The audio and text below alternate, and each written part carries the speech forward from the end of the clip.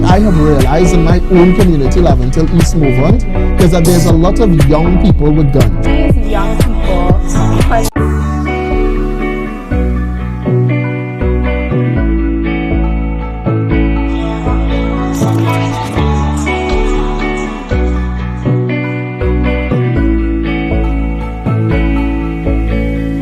what I have realized in my own community, Laventille East movement, is that there's a lot of young people with guns. these young people are not getting these guns. You believe that we're not a democracy? Because people would like to believe that Trinidad and Tobago is not a democracy. But do you 100% believe that Trinidad and Tobago is not a democracy? Come on. Yeah, nice restricted passage really. Yes, absolutely. Alongside myself, the Tom Chairman. Precious, tell us where we're at because we're in Chigoanas. So we are in the land of Chigoanas right now, and we are located at Edinburgh 500 Chigoanas. Now we are going to show you during the time of 2020 August, you know, the heat of elections, we were noticing a lot of these buildings. Look at this dilapidated state.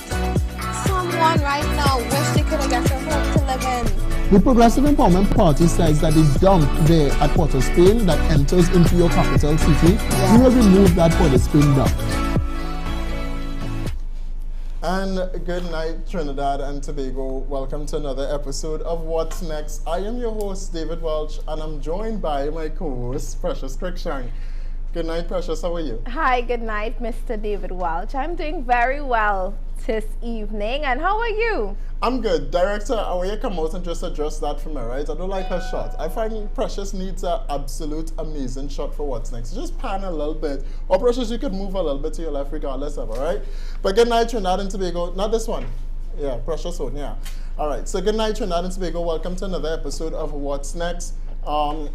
You know, yesterday, and I still have yesterday's script pulled up here, Precious. I mean, it's still here. It's still here on Yesterday our desk. was a big show, you know, Precious. It was a lot, and a very interesting one, and of course a very informative one. I would say a lot of information was given, you know, and a lot of things were said by certain people. So what's next? Well, you saw social media from yesterday into this morning. Yes. Social media is flooded with comments or images or a conversation actually about Devant Maharaj.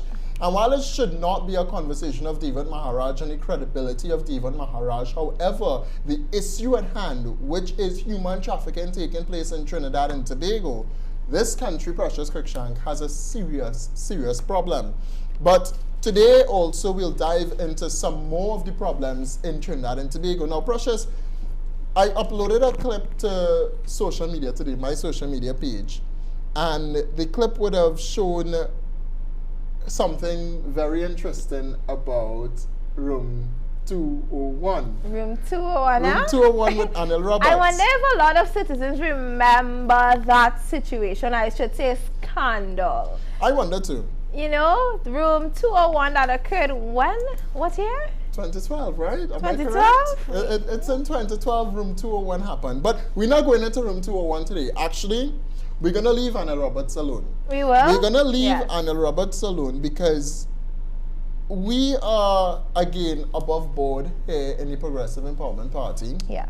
And the scandal that, I don't even want to call it a scandal, same thing I was saying yesterday.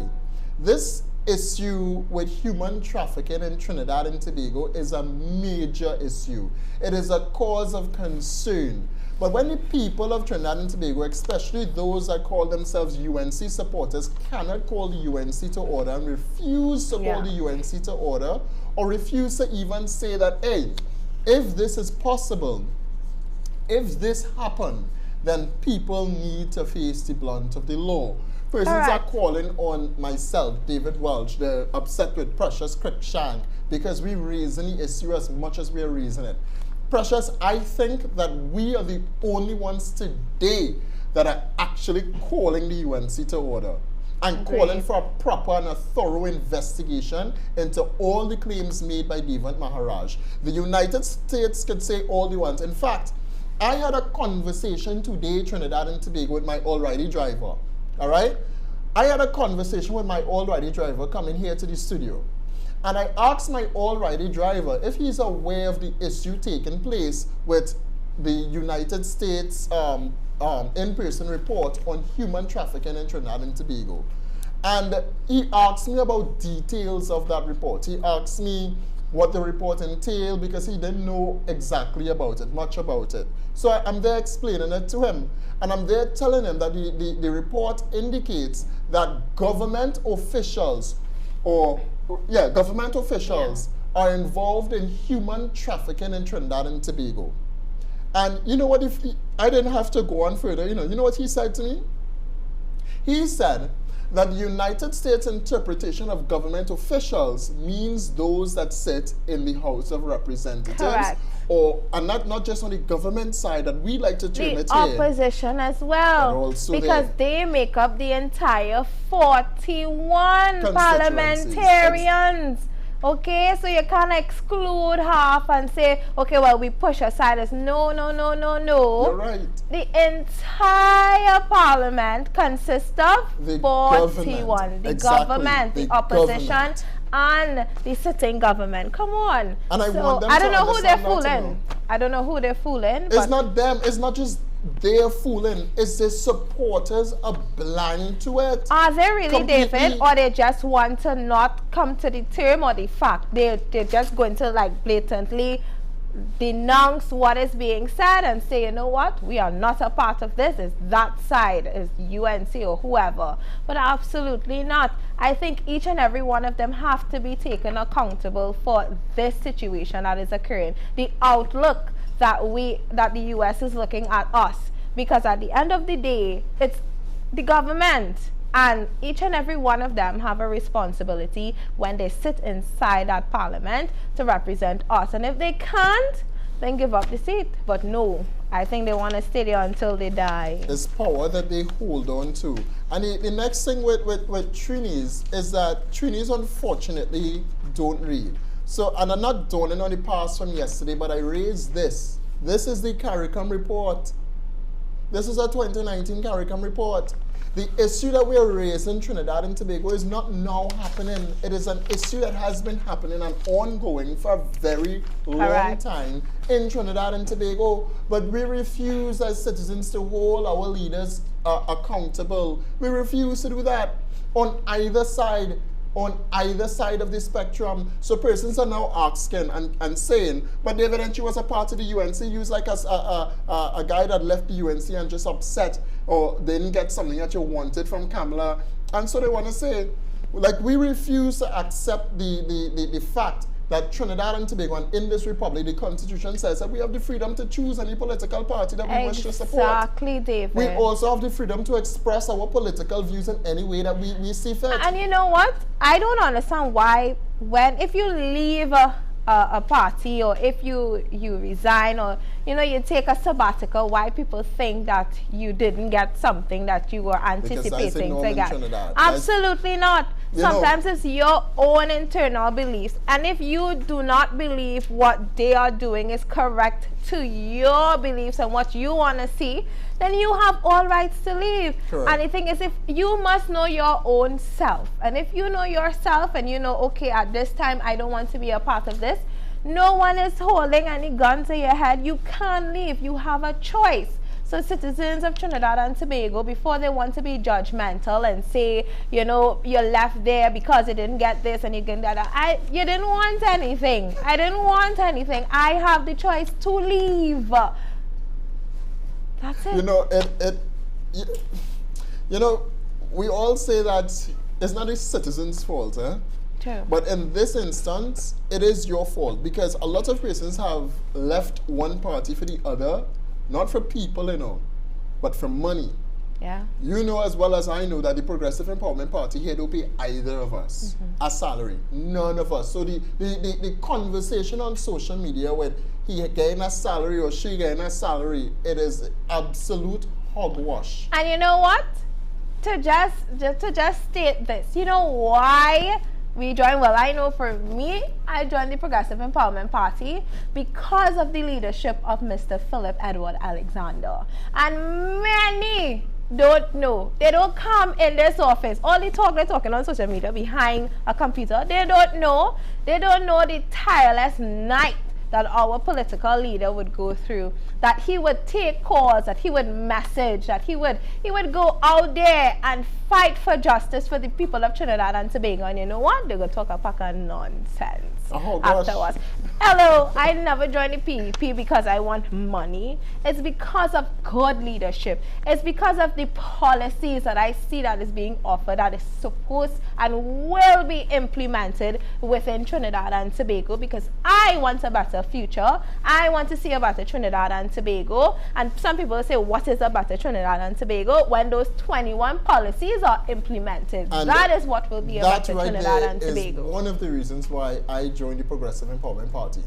The 21 policies put forward by all the executive members of the Progressive Empowerment Party is what is needed right now in Trinidad and Tobago. We need a recall legislation. We need a reform bill. We need all of these things to take place in Trinidad and Tobago. We need housing for young people. Correct. We need national security. We need our borders to be protected. We need an educational policy. We need to abolish the SCA. We need to adopt 10-year schools within constituencies. Yes. We need the 5 constituency heads of representative in each and every single constituency, so therefore you can go to your member of parliament to deal with your water issue. Not just your member of parliament, but you can go to your representative of that particular body, that statutory body within your constituency, to deal with the issues that you're facing. We have crime taking place in Trinidad and Tobago. If you have a problem with crime, if you have a problem with anything within your constituency, go to that constituency representative. And that is why I joined the Progressive Empowerment Party.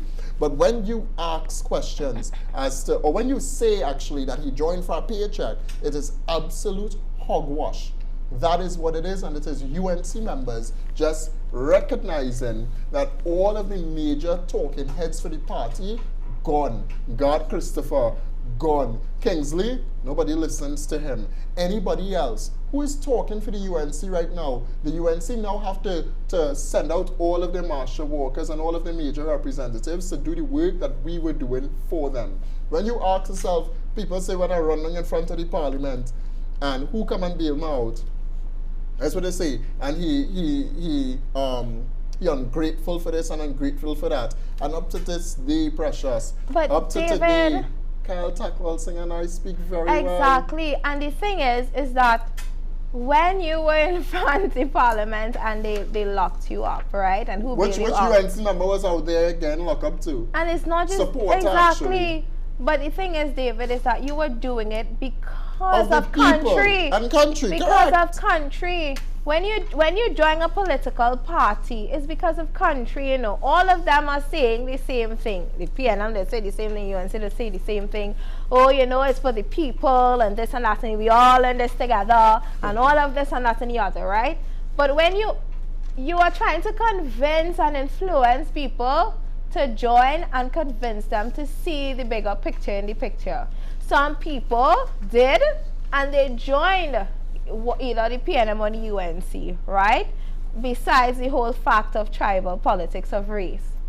So when you convince people and influence them to join, what else? When they get in and they see there is nothing there, there's nothing of substance that they are receiving, what you want them to do? You want them to stay there and just be under some kind of demo, like what you call them, a authoritative leader that who doesn't like to listen to the people?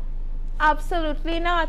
And leaders need to listen to their members, listen to them when they speak, all right? Because they are the ones who you have to ask, I would say, to vote when it's time to vote. And you shouldn't just say, okay, well, you have to vote for this or you have to vote for that. No, give them something that they see and they would willingly vote for it. That's true.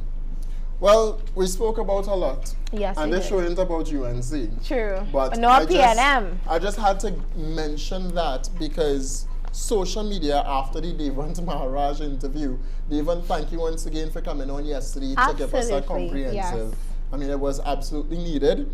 Thank you so much for that. And on What's Next, you get all spectrums of it, because even UNC is invited here. Obviously, PEP is invited here. I don't know about the PNM, but sooner or later, maybe we'll get a representative from the PNM also on the show. Yes, but they can come, because you know what? If you have ideas and you have things that you want to share with the public, you can come on What's Next and share it with the public. Let us ask you some questions. We would invite the public to send their questions in when we are having you, and we would ask you the question and give you the opportunity to answer it and let the people hear. This is the next big thing, you know? Next big thing, for Thing. sure. All right. So outside of that, Trinidad and Tobago, there's a lot to deal with in this country or on this island. In fact, crime and criminality has been plaguing Trinidad and Tobago for a very long time. Yesterday, the murder rate or the murder count went up to 104. As of today, I don't know what the murder count is. Would you be able to tell me, Precious, what the murder count is? Let me I get don't know that. what the murder count is today. But there's a report done by CNC3, and they went through my community, Laventel East Movement. For a couple days now, a couple weeks now, there's been an increase in gang activity in Laventel East Movement, mainly in Caledonia as well as the Coconut Drive. CNC3 put together this comprehensive clip, and I want to tell residents that I'd also be walking the area pretty soon. But this is a clip from CNC3. Over the weekend, there were 4 murders across the Northeastern Division. Residents of Malik say it's a worrying trend. They believe the murders are gang-related. Vegas and Caledonia's Cipriani Avenue residents are allegedly warring among themselves over a portion of money that went missing. Residents in the area are very fearful as to what is going on. Police confirmed to CNC3 News that the murders are all gang-related. On Saturday night, Akil Johnson was on his way to his grandmother's house when, upon reaching Chrysanthemum Drive and Petunia Avenue, when an unknown gunman shot him several times. Johnson died at hospital. On Sunday, there were 3 murders. The victims identified as Kibwe Millet, Joel Benjamin, and a woman, 38-year-old Sila Nelson. CNC3 News visited the area at 8th Avenue when North Barataria residents spoke to us off-camera. They say the spike in murders began after a money heist in the area. Senior officers of the Northeastern Division assured that they have increased intelligence in the area and will deploy more police officers. The house behind me was owned by Sila Nelson. Last night, she and her boyfriend were ambushed by gunmen and shot inside this very house. Residents are calling for more police patrols between 2nd Caledonia, Vegas, 7th, 8th, and 9th Avenue in Barataria.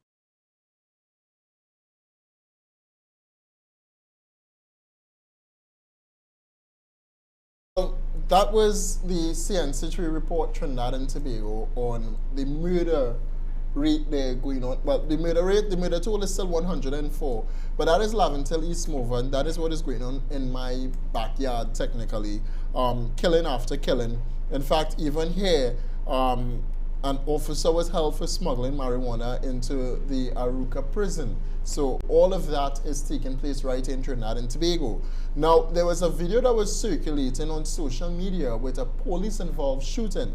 Now, this happened in Princess Town, and I saw from the Joint Select Committee with the Commissioner of Police, Earl Christopher, the UNC Senator Jayanti Lakshmidial was asking her some very important questions about body cameras. But before we get to the body cameras, Precious, while we were wrapping up the show yesterday, you actually urged that we show this clip with the police involved shooting, the officers shooting this man on the ground. Yeah. So we're gonna throw to that, Trinidad. We'll just take a look at it. It's very graphic. Yeah. This is a police involved shooting happening here in Princess Town. Take a look.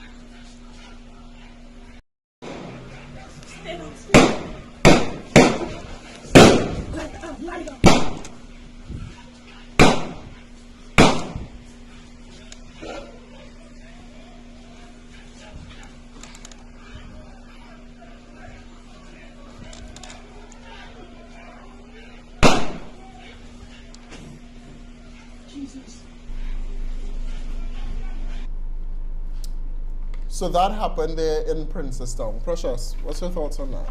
David, when I saw that video, because usually I'm involved in certain groups and it would just pop up, and when I saw it, I was shocked. I was like, okay, this person probably did a crime or shot at police and they hunt him down and a few bullets, okay, but the guy was already dead. I mean, how much bullets you gonna shoot? You're gonna empty out all on the man? Come on. And then of course people would speculate what really happened there. Why didn't you stop? It's just one individual. And then we would ask, where was the body cams? And if the ex-commissioner of police stated that there are body cams, why isn't it being used by police officers, especially when they're going on these chase for these criminals, right? Because of course, just by watching that video, you would think something wrong.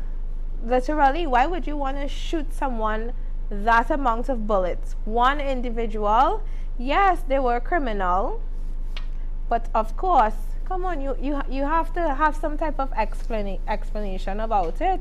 You can't just give riddle people with bullets. The man dead on the ground already. And they're still shooting him. And you're still shooting him. No, then, I saw David, that. just now, then that tells me then what you will say for young fellas when you see on videos where they shoot the guy, but then they turn back and shoot again.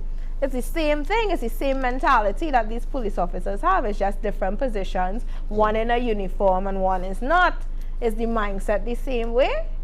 It has me questioning if this person then, and you know what, David, sometimes you want to know what were the steps taken before they actually put the bullets on this gentleman, right? Is it that he was shooting at the police? Because I didn't see any gun in his hand. Probably that person just started recording when the guy was on the ground. I don't know what happened before. And of course the body cam, if they had it on, it would have shown from the start, the commencement of the entire thing until the end. But there is no body cams to show anything. All you have to know, take is statements from police officers, and a dead man tells no tale. And if anybody goes to talk, then what? Because a lot of people don't like to be any witness of anything because they end up dead. Well, that is true, huh? And they kept shooting this man. And sometimes when an officer hear one shot, they're just gonna keep firing at the guy on the ground because they don't know where it's coming from. But that will just see that we need body cameras. We need officers to utilize body cameras. Yeah. Now, the Commissioner of Police, Earl Christopher, indicated that body cameras are a thing, just as the former Commissioner of Police, Gary Griffith, said so himself. They have been, or that's what the Commissioner said, that there is a procurement for more body cameras, at least an additional 400 body cameras that's supposed to reach Trinidad and Tobago within 4 months. I believe that within 3 months. You know, David, okay, there's a procurement for that, right? All right, procurement is basically before what you actually purchase the items, right? So is it that it's already purchased? Well, I think it's already purchased. You said additional cameras procured within 3 months. 3 months? Yeah. Okay. So, but then where's the rest they had before? That's the thing. Is it not working? That's what we get into. It needs batteries? How are you charging it? The police officers know how to charge it? Well, that's the thing, Precious. They had a training session for these officers because some of them just act like, Yeah. But the commissioner said that there are 1,000 frontline police officers, and I think she's alluding to the fact that 1,000 officers in Trinidad and Tobago have the body cameras attached to them. Now, there's a total of, I think, just over 1,000 body cameras, if not flat 1,000 body cameras in Trinidad and Tobago on frontline police officers, as far as what I believe the commissioner is alluding to. Okay. Now, you're going to hear it for yourself. So those officers were frontline? Those were what? Nice question. Because, I mean, they should be having on the body cams when they're going to execute those missions, right? Yeah. Especially those where you have to, is either death or whatever. right? Just as I draw reference to when they shot at the young fellas in the car in Port of Spain, right? Up to now, you don't hear anything concerning that that situation. Body cam should be worn. Then, of course, that is evidence. You have evidence when you have that on. If you don't have it on, and what you would tell me, you all forgot to put it on, it didn't charge. That's negligence, basically. You can't tell me that. Then what you would tell this person's family? Now, Gary Griffith, former commissioner of police, said that it is policy that police officers wear their body cameras. It's an internal policy. However, it is time that the state makes it law. And it's time that the state invests more money into the police service, so therefore they can get the body cameras attached to them. Wait. Not only would this clean up a backlog of cases attached to the judiciary system, because now they can utilize the body cameras and say this person is guilty, because persons go before the court for trivial matters, you know. Yes. Not wearing a seatbelt. A police officer slap me, or that's how I get arrested, and they put me on a charge for saying using obscene language or annoying language. A body camera can literally clean up the justice system and fast track these cases, because you have police officers that come to court, or that do come to court, and the court case just going on and on and on and on and on throughout, you know, until God come back. These cases still going on. Now, David, and it's time that we clean that up. I can't remember the name of the movie. I'm drawing reference to a movie, but I can't remember the name. But it was this officer. She was a military person before she joined the force, and she was new, and she went out with a new person, well, a partner, to conduct a mission, and she had on a body cam. She heard gunshots. She went into the abandoned building. When she walked in, she saw a guy shot another guy, and it was recorded. You know what they did? Her partner was actually involved in the whole corruption. He stood up there and saw this gentleman kill that young boy, and she got it on camera. And you know what they did? They turned and shot her, but of course she had the bulletproof vest on. She fell down to the ground and she was injured. But you know, at the end of the entire movie, she got justice. She got someone to actually put the body cam into the system for the whole footage to be streamed on the police system, right? And it's to show you that sometimes, who knows? They don't want to put it on because they know what they're doing. They know who is a part of what. And they can't record it because that will just put a bus in certain people's shoes, right? It's very important. But very important. It is very much important to have it on, then we would know what is really happening. Yeah. It gives citizens confidence in the police service, and that's what they want. They want to regain trust and confidence within the entire society. They want people to start trusting police officers. Well, let them ensure that they follow policy or make it law, make it mandatory for them when they're going on these missions to put on the body cam. Now, this is just proof, because we asking either for it to become, either for the officers to take heed to the policy or to make it law. Now, this is just proof to the Prime Minister of this Republic, once again, being negligent at his own job. Because even with the banking sector and the fees that they charge, the additional fees, the overall expenses just to do banking. That's crazy, yeah. They want to charge you money for you to store or put your money in their financial the Prime Minister institution. said that he is not doing anything about it. The Prime Minister refused to do anything about it. But anyway. And that's why we want to change him, because when we had our political leader sitting on What's Next table, he stated there are many other banks that we could replace the current ones with.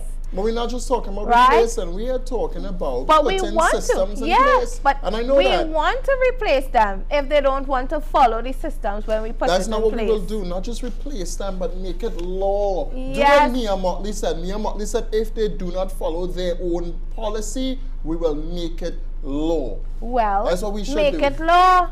Because at the end of the day, there are many other banks that are willing to follow policy, that are willing to follow the policies, right? You don't even have to make it law. It's very simple. It's for the benefit of the people. And if it's not benefiting the people, then why are they still here? Scotiabank just rank up a whole set of profits. Hold your thoughts. Hold your thoughts, Precious. Back to the body cameras and the police officers and the police involved shooting. Yeah. Jayanti Lakshmi, or Senator Jayanti Lakshmi, attached to the United National Congress, had these questions for the Commissioner of Police, Earl Christopher, at the Joint Select Committee yesterday. Take a look. With respect to when we put questions to the organization, we were asking about the abuse and infringements of the use of force policy by officers. Could you just give us information on how many body cameras are currently owned and operated by the TTPS? What is the state of monitoring of those body cameras? And what are your plans for this year, 2023? I guess you all would operate by financial year as well. So for financial year 22 to 23, in terms of rolling out more body cameras and having real-time, perhaps, surveillance of police operations. Thank you. We have just over 1,100 body-worn cameras. They have been distributed throughout the 10 divisions for the frontline officers. We are in. Sorry, I just want to, do you know off the top of your head how many persons you would categorize as frontline officers currently on active duty? Frontline officers would be almost 1,000 officers. Okay. Continue, madam, and you've distributed, you said you've distributed them over the 10 divisions? 10 divisions, 10 division, geographical divisions, plus the interagency task force and the guard and emergency branch. Well, are you satisfied that those are sufficient for the needs of the police service at this time? No, that is not sufficient. We are in the process of procuring 400 more cameras. How soon will those be procured? That should be done within the next 3 months. 3 months, thank you. Go ahead. All right, Trinidad and Tobago. So, Director, the image that I just gave you there, pull that up for now.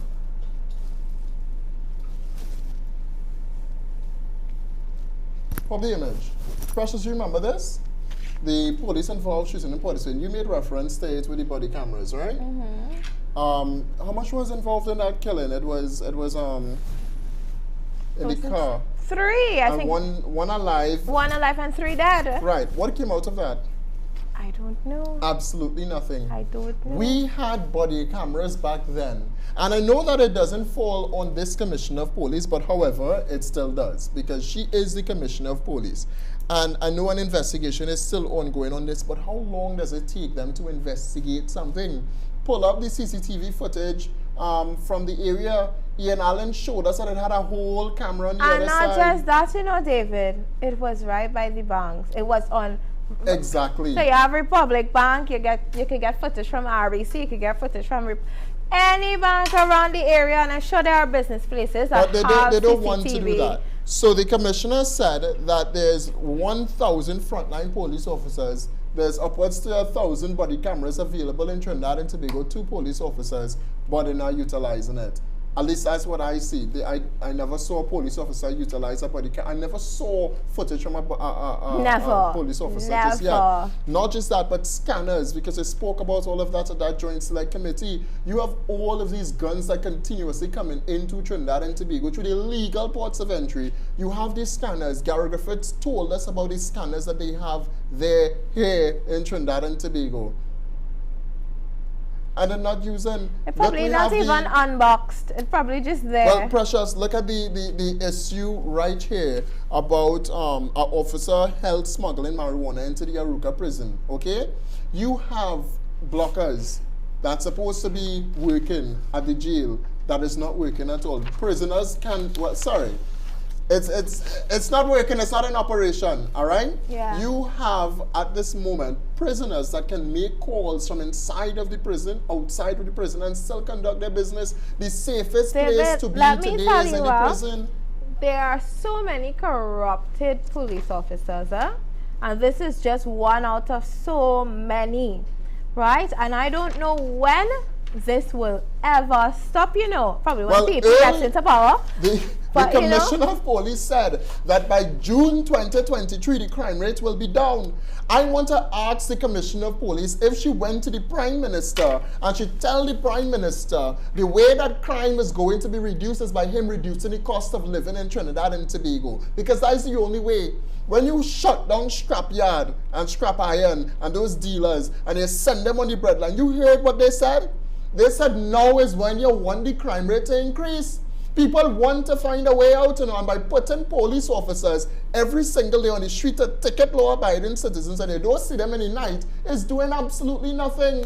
David, like it or not, that is a fact. Because of the point is, those scrap iron dealers, right? Most of them fall under the poverty line. Exactly. Most of them, you know, that is unemployed, and that was their way of getting some type of money to support their family. You have people working PH, taxi, and that's illegal in order to make a living, Precious CRUICKSHANK. Government refuses to pass legislations to deal with PH. And let me tell you, under the candlelight movement, that was one of the things that we wanted done, you know, for the government. Regularize it. To regularize PH taxis. And not what, look, we're still waiting on pepper spray. We're still waiting on non-lethal weapons. We're still waiting on that. We don't know. One AG come out of office and replaced by another, and still, we're still waiting. The fact is, right now, Earl, Miss Christopher, my apologies, because she seems so sophisticated and she doesn't answer the politicians as they need to be answered. Gary Griffith would have put all of them in the place. Nobody could answer for Gary Griffith. The moment Munilal asks a question to Miss Christopher, asking her about documents, right, files, all right, that she have not received just yet, and you have this PNM, what's his name, boy? I know you're speaking of. I forgot his name. Yes. So irrelevant. But you have the chairman, right? And he's also the MP for Port of Spain. Yeah. He's so somewhere. Come on, director. What's his name again? Keith Scotland. Keith Scotland, yeah, thank you. Keith Scotland. And you have Keith Scotland trying to tell Munilal that, you know, the documents, and she didn't receive the files yet. She can answer that for herself. I understand that. She can. But I understand the commissioner. She is so timid. She looks so nice. She looks, She looks. But you looks can be deceiving, yeah? Looks can be deceiving, but she looks so nice. So she probably don't have the fortitude of being a Gary Griffith or answering them how they need to be answered or speaking to the public, because I heard her press conference for Carnival and it looks like she doesn't even know what she's trying to say. You know what? Let's give her the benefit of the doubt. I'm trying to, but crime out of control. I cannot keep giving a commissioner the benefit of the doubt and crime out of control. Because we need someone to put things into action immediately. Gary Griffith is what Trinidad and Tobago needs once again. And then I will be right here walking down to Port of Spain to drop in my letter to ask for permission to protest under Gary Griffith again. Because he cannot deny us our constitutional rights, and I'll continuously keep saying that. But at least the crime rate went down. But we need someone like Gary Griffith. We need someone who, when those young fellas in C-Lots make a video and say... Don't go there, Precious. No, but we need someone to put their foot down and say, listen, I can speak for myself, and I am saying this to you. The fear of the law is what we need once again, because that has been decimated. No one is afraid of the law anymore. And no one is afraid of the law because they upstairs keep breaking the law. And the police service, you get away.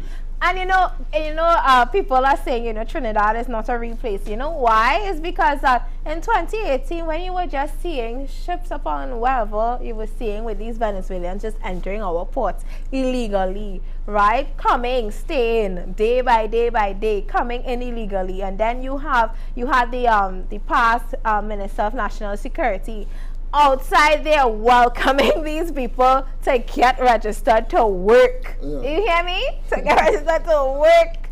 I was like, what nonsense am I seeing here? So you are telling me you are allowing these illegal individuals in our countries, and far less, you are allowing them to get a work permit to work? Yep. You weren't even sending them back. While it is Trinities can't get it themselves.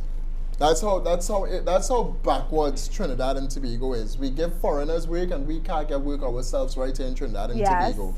But despite that, Precious, this country has a serious problem. Yeah. A very damning problem that we need to address. And the reason why crime is out of control the way that it is out of control, it is because of the incompetence of the people that govern Trinidad and Tobago, the incompetence of the People's National Movement, the incompetence of the Prime Minister, the head of the National Security Council, and also the incompetence of the Minister of National Security. He's the same man that said, his job is not to protect us. His job as Minister of National Security is to deal with energy. That's his job. So therefore, the Minister of Energy is the person who is in charge of protecting the people of Trinidad and Tobago, apparently. Apparently, because his job is not to protect. His job is not to ensure that you are safe. His job is not to ensure that the people of this country is safe from outsiders such as Venezuelan threats, Venezuelan pirates, and any outside threat. His job is not that. David, leave that up to the let's not forget the Venezuelan gangs. You know what? Hold on. I like that point you're going with, but I want to tie in that point to what the Prime Minister said. I'm switching the roles now. The Minister of National Security is now the Minister of Health, and Minister of Health is now Minister of National Security. Because crime, as far as what Keith Rowley said, is a matter of national or public health. Right? It's a matter of public health. Well, the you know, our health system is... Well, that's why. So mix up the two. National Security, Fitzgerald Hanks is now in charge of health, and Health, Terence Yalsing is now in charge of National Security, because he actually brought the fear of COVID into the people, so he can bring the fear of law into the people as well. That's what? Incompetence. Incompetence across the board. The entirety of the PNM needs to go. Entire. What? Make your point. We always making a reshuffle. Well, reshuffle the two of them. I am more faith in Terence Yalsing right now, because a lot of people went out to take the vaccine, so a lot of people will be afraid to go on the streets and commit crime. That is true. They I don't know if they were stricken with fear when Terence spoke, or when he wept. You know, that one tear sent Trinidad mad. So right now, I want Terence Yalsing to manage security and look after my uncle, my auntie, my nene, my grandmother, and all the young people in Trinidad and Tobago. He comes at every press conference with the Avengers team, and he says, Mr. Prime Minister, you know, my Prime Minister, and he speaks about how well they are doing and how much people took the vaccine, and he put the fear of COVID into you, say that if you go outside, they go kill you. It's worse than World War I, it's worse than World War II, it's worse than 9/11. If you go outside, COVID go kill you. Wear your mask. Every Trinidadian put on a mask. And still wearing it up to this day. And still wearing it up to this day. So I want the Minister of Health to become the Minister of National Security and protect Trinidad and Tobago, not just from COVID-19, but also from the criminals that plague in Trinidad and Tobago. Of course, David. I motion that. We motion that. Absolutely. I mean, if he can do the job, then let him do the job, man. He can do a better job than Fitz. Of course. Way better job than Fitz. Of course. He's just carrying out the mandate that was assigned to him, right? So I don't know if he sees himself carrying out any mandate, but the people is not seeing any mandate being carried out. Then again, I should say, what exactly was the mandate? We don't know, right? That was communicated to him. However, the gangs, the Venezuelan gangs, and also we have our own, you know, gangs within Trinidad that is being formed. And I think a lot of these killing and murders are being stemmed from gangs, you know, where this one wants to control this area, this one wants to control that area. And Tuna Puna, if I can get back the article, is reported to have the most amount of gangs in Trinidad. So we have to work on that. We definitely have to work on that, on decreasing the amount of gang wars, because I would assume a lot of these young fellas are being killed is because of gang related wars, and I'm sure the TCPS knows about it. But again, police have some, it is alleged police is always involved in some type of corruption, and which block is this one, and this one involved in this one, and this one involved in that, and all of these different things. So I am waiting to see. I wait in anticipation to see what the Commissioner of Police, the newly appointed Commissioner of Police, will do. She said in June the crime rate will be down, will decrease significantly, I hope. I'm looking forward to it. Let's give her the benefit of the doubt, because you know when June comes, I'll give her a month after June. So July, if I don't see that number going down, then what's next? Are we going to change? That's how it should be, yeah? That's how it should be. Yeah, they keep to your word, you know, David. Yeah. This is not no old talk. You're a Commissioner of Police. And if you can't stick to your word and perform like the performance king himself, then It's the monkey you're talking about. Marshall is the only one that performing. that's another story, yes? Wow. You know, more treaties concerned about Faye and Lions, as well as I don't want to disrespect you, eh? Because you know that's your road match king. Bungie, thank you. Small fat, exactly. Yeah, right. More people concerned about Faye and Lions and Bungie Garland than they are of human trafficking or crime. This country backwards, you know. True. It shows that how we fight and how we exactly. How we party. How we vote is not how we party, you know. Ironically, you know, that song has so much truth to it. But seriously, how we vote is really not how we party in Trinidad and Tobago. That is true. Because I am flabbergasted over the fact that Watson Duke is going up to be mayor for this man. Wow, that when I saw that, wow. I said, what? Director, just play the visuals. It's no audio on it. Just play the visuals. We'll talk over it. All right? Just play the visuals for us. Look at him here. Press loop on that video, huh? Look at this here. What a comeback, huh? What a comeback! What a comeback! So the leader of the Progressive Democratic Patriots, Watson Duke, recently announced his intentions to take the People's National Movement, or to take on, the People's National Movement in their stronghold of Port of Spain.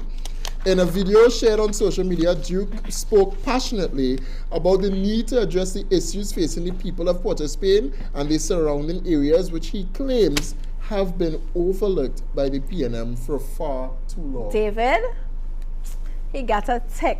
Change the narrative. He changed that. He got, let them talk, let the people have something else to talk about. Yeah, not the scandal that we were just taking in for Carnival. The Carnival Bacchanal has ended. Let's change the narrative and let's run for the mayor of Port of Spain. And you know what? I saw a comment stating go right ahead or something, Duke. They were in full support. Yeah, Port of Spain in support. Whatever you believe, you can now, you know the voter turnout in Port of Spain, less than 50%. Oh yes, so Duke does actually have a chance in Port of Spain to run as mayor for Port of Spain. What you think? You think he'll do a good job? Me, I'm gonna run for Chaguanas next. Faik, I'm coming. Because I mean, come on. Watson Duke, you know? I mean, everyone has the ability to do good things. If you know you have the potential to bring about change and positive change, especially in our city, Port of Spain, then let's see. I mean, give someone the opportunity. If he says he can do it and he's going to make the change happen, let's see. Let's not be fearful of change. If Duke says he wants to go forward, let's see Duke. Maybe he would be the one to remove all those homeless people from the streets by the front of the banks and actually create a home for them shelters around and across Port of Spain so that they can go in and sleep at night. Probably he would be clean up Port of Spain, make Port of Spain look bright, and he might have some great ideas. Let's see. Let's give him the benefit of the doubt and look forward to great things in the future. Yes? I agree. What's in you know? I know. PDP. Hey. Spartans, assemble! We're going after Port of Spain. I wonder Duke and who? Who's the PDP today? Well, you know, this woman was PDP deputy. Where is she again? Yeah, is she still?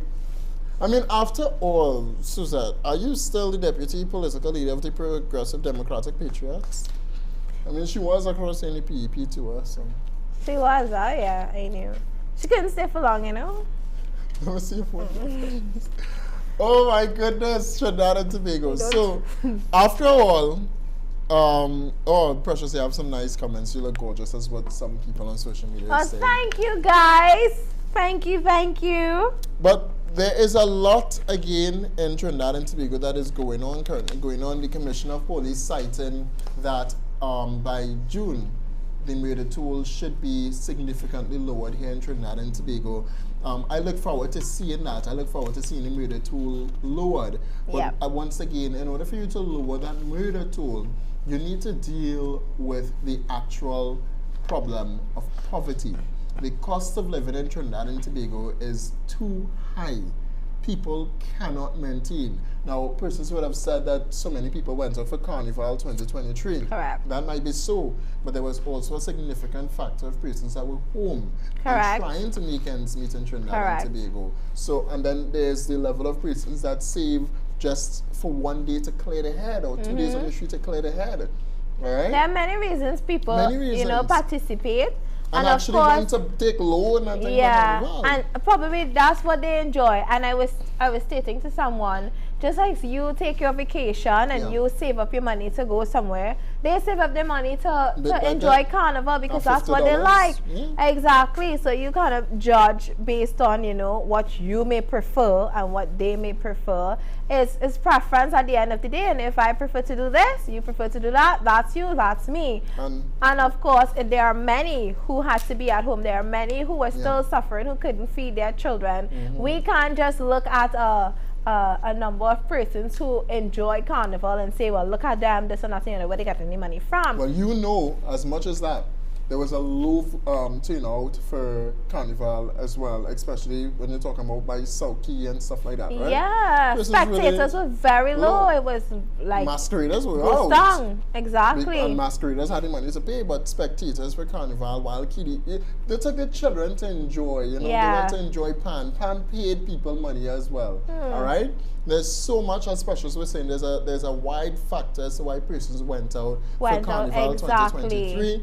But there's a lot of poverty, hard-stricken poverty in Trinidad and Tobago. Correct. There are some places that I went to as now a politician, activist, whatever, and to see their home is crazy. Definitely. Just imagine, right in Shoguanas, David, in Carson Field, you have people who still living in board houses, who still have latrines using to, you know, and I'm like, but come on, in 2023, and I mean, they can't do better, and there is no help. They reach out for assistance, but you know, getting assistance, any kind of government assistance, take years. Oh God, it's like when your grandmother tell you Jesus coming soon. You quicker call on him to get assistance. You know, I spoke to the director, I can't remember when, but there are persons that still walk around this country, still live in this country with a big back TV, you know. Yeah. I am surprised Nicki Minaj's statement about Trinidad and Tobago not having access to internet throughout the entire island is true. It is true. And you have those who still watch DVDs, David, who have a DVD player. And I remember trying to throw away my mother DVDs and hey, that was a cut tape. It gone now, but that was a cut tail back then. You couldn't do that. But no, it is horrendous. It is appalling to know that mothers today have to move away from the baby formula and back to the olden days where just breastfeeding the child or feeding the child big people food, as you would term it, as they born. And that is harmful for a child, all right? When you have Ford Can, right? Ford Can, former Minister of Health, that speaks about how so many people in Trinidad are dying from the processed foods that they're eating. Yeah. They don't really have a choice but to, because to eat healthy costs money. To eat unhealthy is much cheaper. To eat healthy costs a lot of money. Just imagine, I think the Minister of Finance, he actually categorized certain fruits as leisure food, right? Yeah. So you have to pay more to bring in these things, right, instead of less. Eating healthy is very costly, Very expensive, very, yeah. very costly. Then I know someone who, because one, we have to look at different factors, David. They can't afford a place to stay. They can't afford any type of appliances. So let's say stove, microwave, or any type of fridge. So the quickest thing for them to get is fast food. $20, $22. Some of them not even working, David, to say they're working consistently every day. So when they hustle, as they would say, that's why they scrap iron people, when they hustle $100 or $200 or $250 at the end of the day, they can't go in the grocery to buy, or the supermarket to buy anything. Just a carton of milk is what, $16, $17. Bread is how much? $18. When you're done, how much money you have, and then they still have to. Exactly. For 1 hour. So they would quicker go and purchase a KFC snack pack, $22 or $23. That would fill their stomach, and then they could continue to go again. Now, before people say, well, if they're taking you $20 to buy KFC, why not take you $20 to buy bread till last year? The thing is, when you buy bread, you're going to eat the bread dry? No. Exactly. Some people in this country feel as though they have the right to tell others how to live their life. Correct. And you cannot do that. Some persons don't have the fortitude of thinking the same way that you Correct. think. So when they have $20 in their pocket and they have to say, feed my child today, or feed my child a bread for a week. I watch a guy on TikTok and I feel just so frustrated, and I want to reach out and help. But what am I going to do? He works or he has his own fruit stall. And many of you probably saw him. He has his own fruit stall. And he made some, I should not tell like Terrence, but it is passionate, right? One.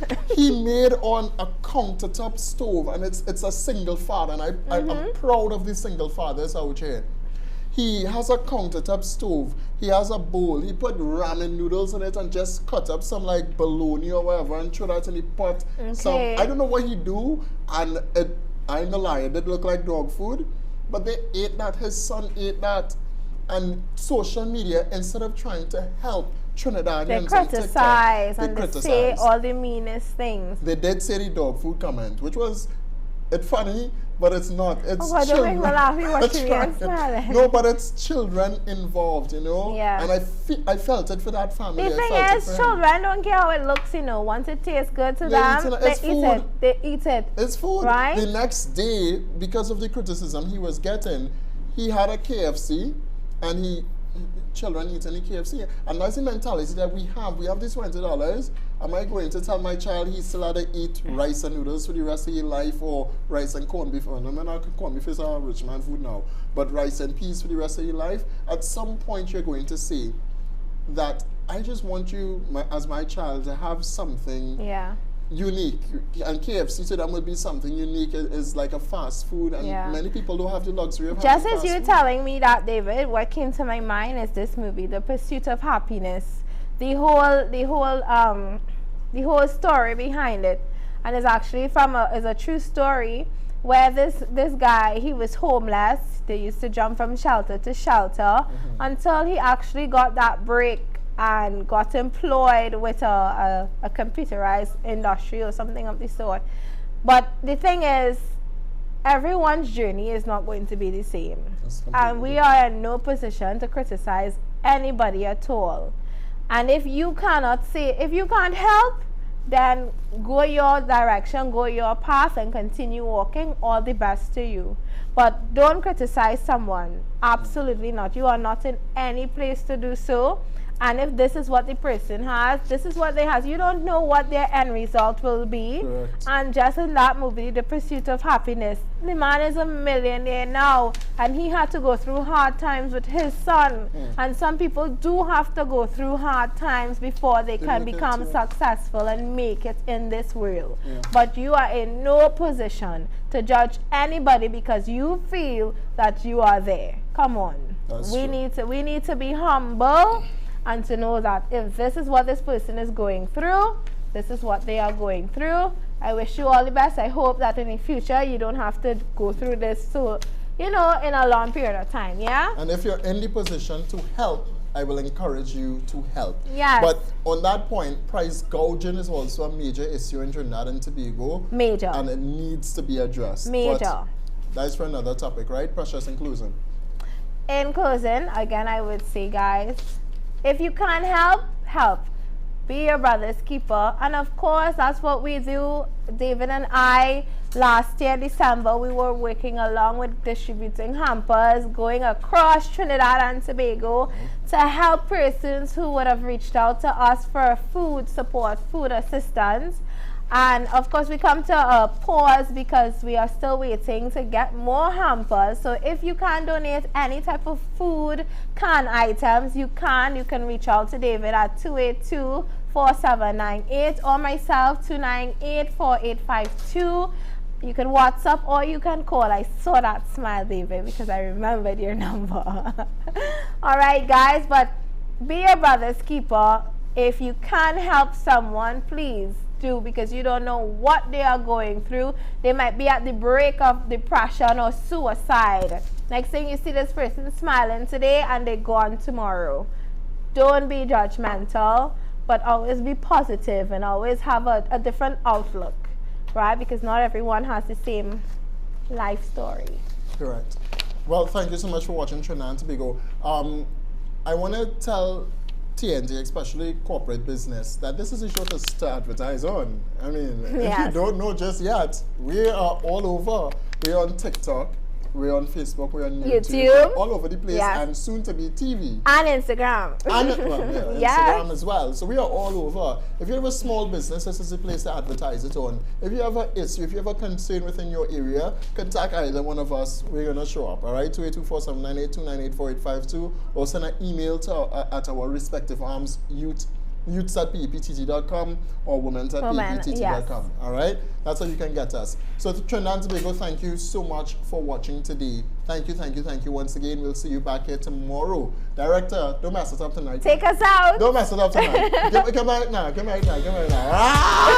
Remember to shoot for the stars and all that you continue to do in Trinidad and Tobago. The moment that you feel to give up is the moment that a new star is born. Stay safe. Good night. Reach for the stars. First you gotta have a vision. Reach for the highest. If you could see it, you could be it. And I know